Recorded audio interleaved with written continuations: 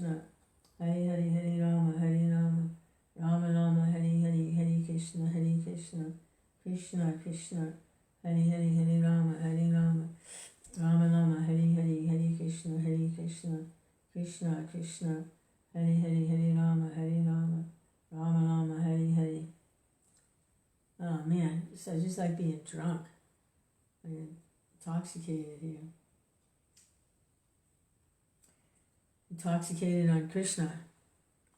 Hare Krishna, Hare Krishna, Krishna Krishna, Hare Hare, Hare Rama, Hare Rama, Rama Rama, Hare Hare, Hare Krishna, Hare Krishna, Krishna Krishna, Hare Hare, Hare Rama, Hare Rama, Rama Rama, Hare Hare, Hare Krishna, Hare Krishna, Krishna Krishna, Hare Hare, Hare Rama, Hare Rama, Rama Rama, Hare Hare, Hare Krishna, Hare Krishna.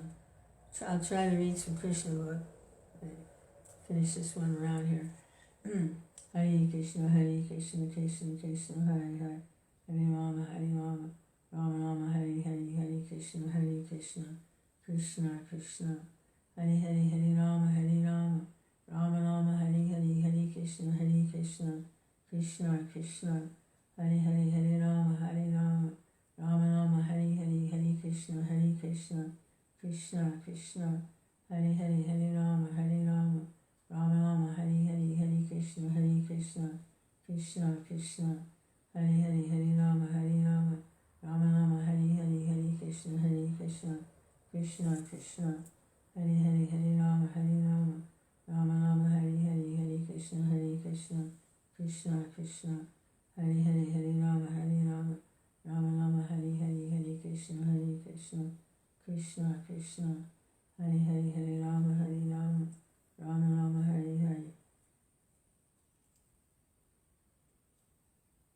Krishna Chaitanya Prabhu Nityananda Shri Gadadhar Shivasadi Gaur Bhaktivinoda. Krishna, Krishna Krishna. Read a little bit about the personality of Godhead, Sri Krishna.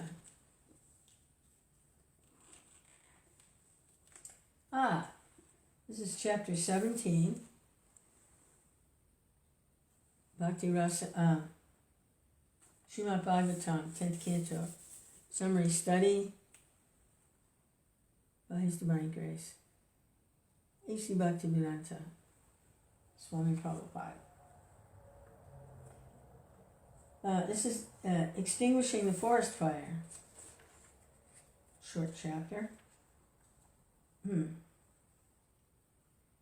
King Parikshit, after, maybe I should, let me do that little song in front of I always do a little song first.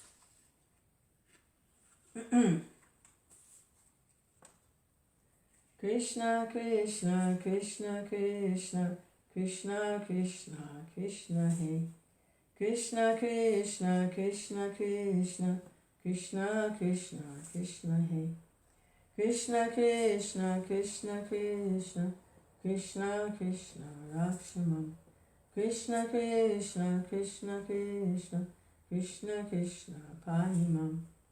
Rama Raghava, Rama Raghava, Rama Raghava, Rakshamam. Krishna Keshava, Krishna Keshava, Krishna Keshava, Pahimam. Hare Krishna, Hare Krishna. So, King Parikshit, after hearing of the chastisement of Kaliya, inquired from Sukadeva Goswami as to why Kaliya left his beautiful land and why Garuda was so antagonistic to him. Sukadeva Goswami informed the king that the island known as Nagalaya was inhabited by serpents, and that Kaliya was one of the chief serpents there. Being accustomed to eating snakes, Garuda used to come to this island and kill many serpents at his will. Some of them he actually ate, but some were unnecessarily killed. The reptile society became so disturbed that their leader, Vasuki, appealed to Lord Brahma for protection. Lord Brahma made an arrangement by which Garuda would not create a disturbance. On each half-moon day, the reptile community would offer a serpent to Garuda. The serpent was to be kept underneath a tree as a sacrificial offering to Garuda. Garuda was satisfied with this offering, and therefore he did not disturb any other serpents. But gradually, Kaliya took advantage of the situation. He was unnecessarily puffed up by the volume of his accumulated poison, as well as by his material power, and he thought, why should Garuda be offered this sacrifice? He then ceased offering any sacrifice. Instead, he himself ate the offering intended for Garuda. When Garuda, the great devotee carrier of Vishnu, understood that Kaliya was eating the offered sacrifices, he became very angry and quickly rushed to the island to kill the offensive serpent. Kaliya tried to fight Garuda and faced him with his many hoods and poisonous, sharp teeth. Kaliya attempted to bite him, and Garuda, the son of Tarksha, in great anger and with the great force deserving the carrier of Lord Vishnu, struck the body of Kaliya with his effulgent golden wings. Kaliya, who was also known as Kadrasutta, son of Kadru, immediately fled to the lake known as Kaliyadaha, underneath the Yamuna River, which Garuda could not approach. Kaliya took shelter within the water of the Yamuna for the following reason. Just as Garuda went to the island of the Kaliya snake, so he also used to go to the Yamuna to catch fish to eat. There was, however, a great yogi known as Sabari Muni who used to meditate within the water there and who was sympathetic with the fish. He asked Garuda not to come there and disturb the fish. Although Garuda was not under anyone's order, being the carrier of Lord Vishnu, he did not disobey the order of the great yogi. Instead of staying and eating many fish, he carried off one big fish who was their leader. Sabari Muni was sorry that one of the leaders of the fish was taken away by Garuda, and thinking of their protection, he cursed Garuda in the following words. Henceforward, from this day, if Garuda comes here to catch fish, then I say this with all my strength, he will be immediately killed. This curse was known only to Kaliya. Kaliya was therefore confident that Garuda would not be able to come there, and so he thought it wise to take shelter of the lake within the Yamuna. But Kaliya's taking shelter of Sabari Muni was not successful. He was driven away from Yamuna by Krishna, the master of Garuda. It may be noted that Garuda is directly related to the Supreme Personality of Godhead, and is so powerful that he is never subjected to anyone's order or curse. Actually, the cursing of Garuda, who is stated in the Srimad Bhagavatam to be of the stature of the Supreme Personality of Godhead Bhagavan, was an offense on the part of Sabari Muni. Although Garuda did not try to retaliate, the Muni was not saved from his offensive act against the great Vaishnava personality. Due to this offense, Sabari fell down from his yogic position and afterwards became a householder, a sense enjoyer in the material world. The fall down of Sabari Muni, who was supposed to be absorbed in spiritual bliss by meditation, is an instruction to the offender of Vaishnavas. When Krishna finally came out of Kaliya's lake, he was seen by all his friends and relatives on the bank of Yamuna. He appeared before them nicely decorated, smeared all over with chandan pulp, bedecked with valuable jewels and stones, and almost completely covered with gold.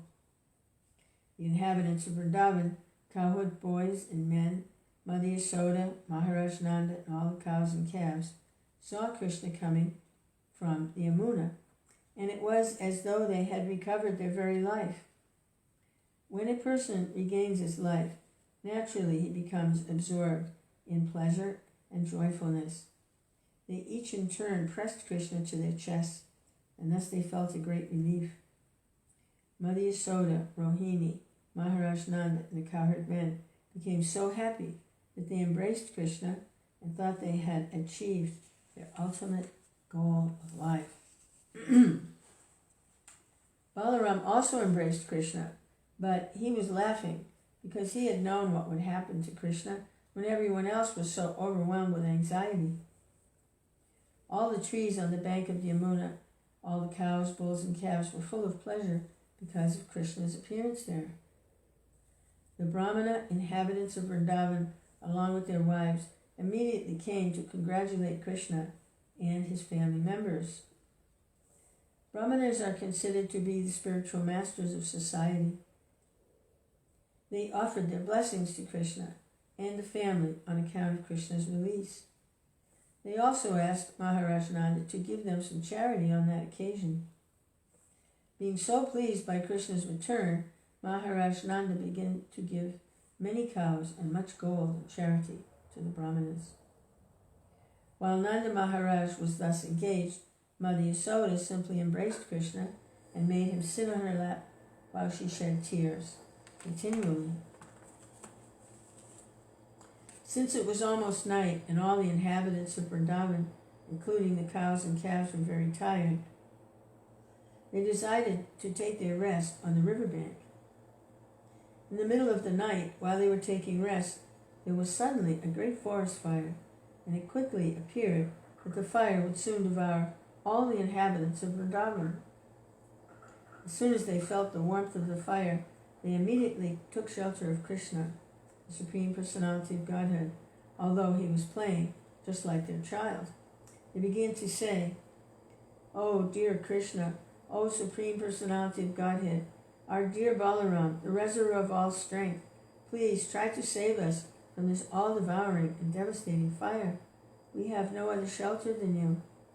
This devastating fire will swallow us all."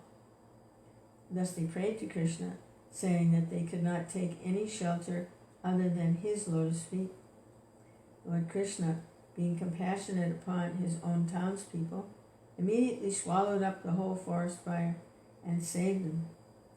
This was not impossible for Krishna because he is unlimited. He has unlimited power to do anything he desires. Hare Krishna, Krishna Krishna, Hare Hare. Thus end the Bhaktivedanta purport of the 17th chapter of Krishna, Extinguishing the Forest Fire. Hare Krishna. Shri Krishna Chaitanya Prabhu Nityananda